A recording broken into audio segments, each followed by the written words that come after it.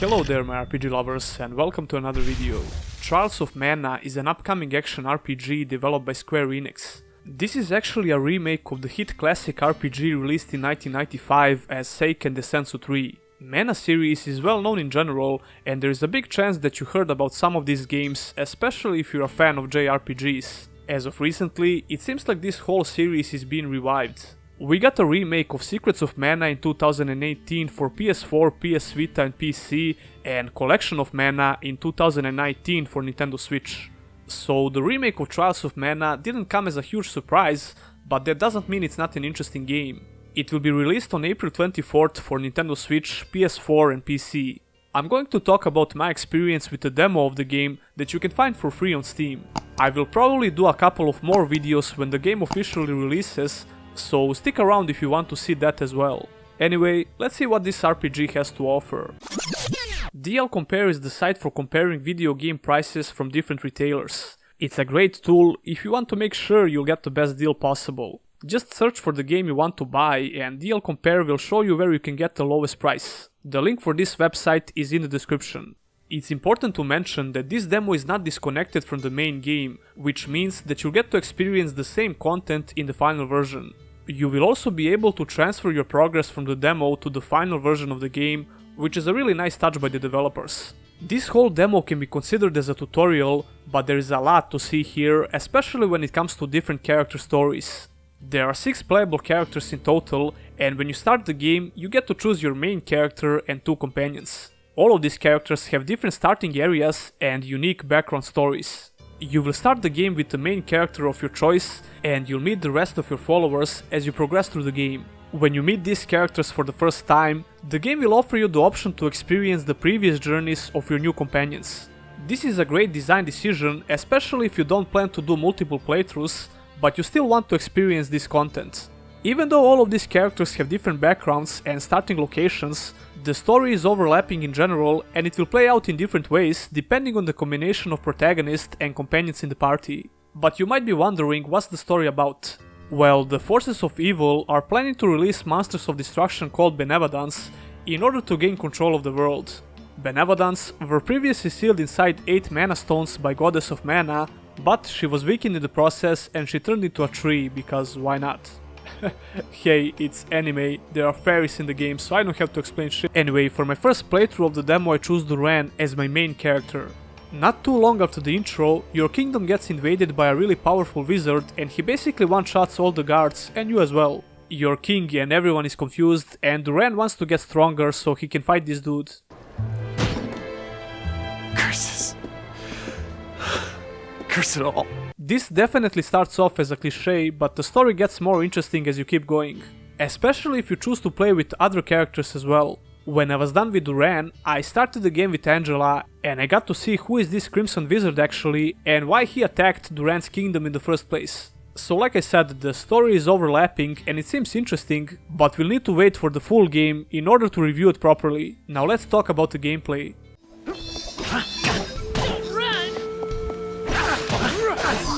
The fundamentals of this combat system are really simplistic. You have 2 types of attacks that you can combine, a dodge button and different skills that you can learn while you level up.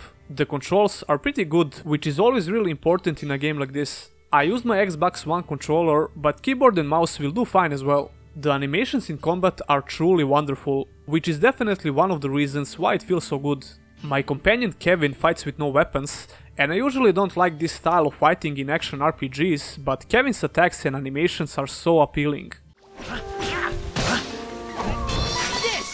Oh yeah, by the way, this guy accidentally killed his dog because he's not very bright. But anyway, the combat seems pretty solid in general. Even on hard mode, this whole demo lacks challenge, but I guess this is just a tutorial and the rest of the game will be more challenging.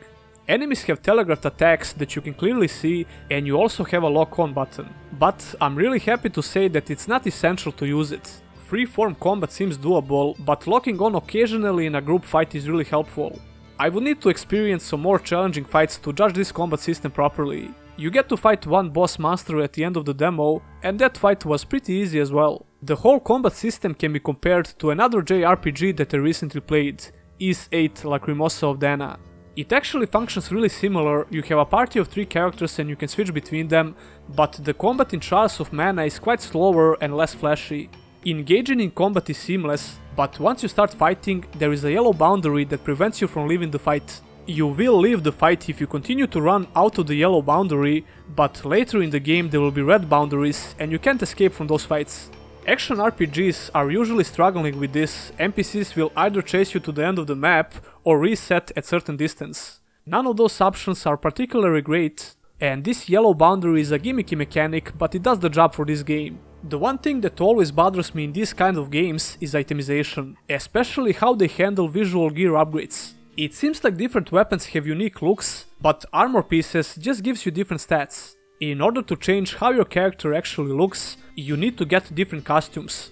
I understand that this is not unusual in JRPGs, but to be honest, I'm not a huge fan of this subgenre. Most people who enjoy these games probably won't have an issue with this. You progress your character by leveling up and distributing training points in 6 different stats. By doing so, you unlock more abilities that you can use, and you also have chain abilities that will affect other party members. So it seems like there is plenty of options for customizing our characters in fights, and there is also a tactic menu to set up different AI behaviors for your party. The game also offers you to switch classes, but there is not much info about this system in the demo. Another key feature in the game is the option to choose between light and darkness, but we'll need to wait for the full game in order to see how this actually works. There is probably a connection with older Mana games, but I didn't play any of them, so I can't comment on that. The world design in Trials of Mana seems solid, and you always have a couple of different paths to take, and there is loot to find everywhere. It seems to have less invisible walls than some other similar JRPGs, which is also worth mentioning. I have to say that the color palette of this game is really good. The visuals in general are pretty decent, but these games are all about the art style. I guess this is not over-the-top JRPG art style, because if that was the case, I would probably not play it. Locations are pretty to look at, especially different towns that you're going to visit. The atmosphere that the game creates can be described as relaxing, I guess, and that's a great thing. When it comes to music in the game, there are some really good tracks that you can hear, but there are also some generic fantasy tracks. Not bad by any means, but maybe not my style. You also have the option to turn on the original soundtracks from the first game, which is a nice touch. And that would conclude my impressions of this demo. The demo can be completed in about a couple of hours if you want to see all the background stories. I'm waiting for the full game to be released, and I'll probably do more videos about Trials of Mana, so stick around if you want to see that. Don't forget to subscribe for more content and click on the bell icon so you don't miss any future uploads. Special thanks to my Patreons, and if you as well want to become one of them, all the links are in the description. Patreon is definitely the best place to directly support my work, and every contribution is highly appreciated. That would be all, and I'll see you in the next one.